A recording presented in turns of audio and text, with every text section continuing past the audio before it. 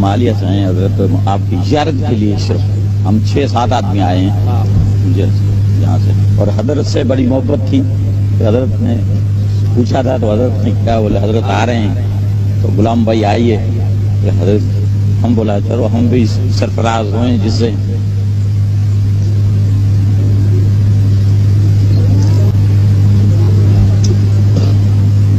चाय मिला, चाय। हाँ चाय दिया बापू, अमना।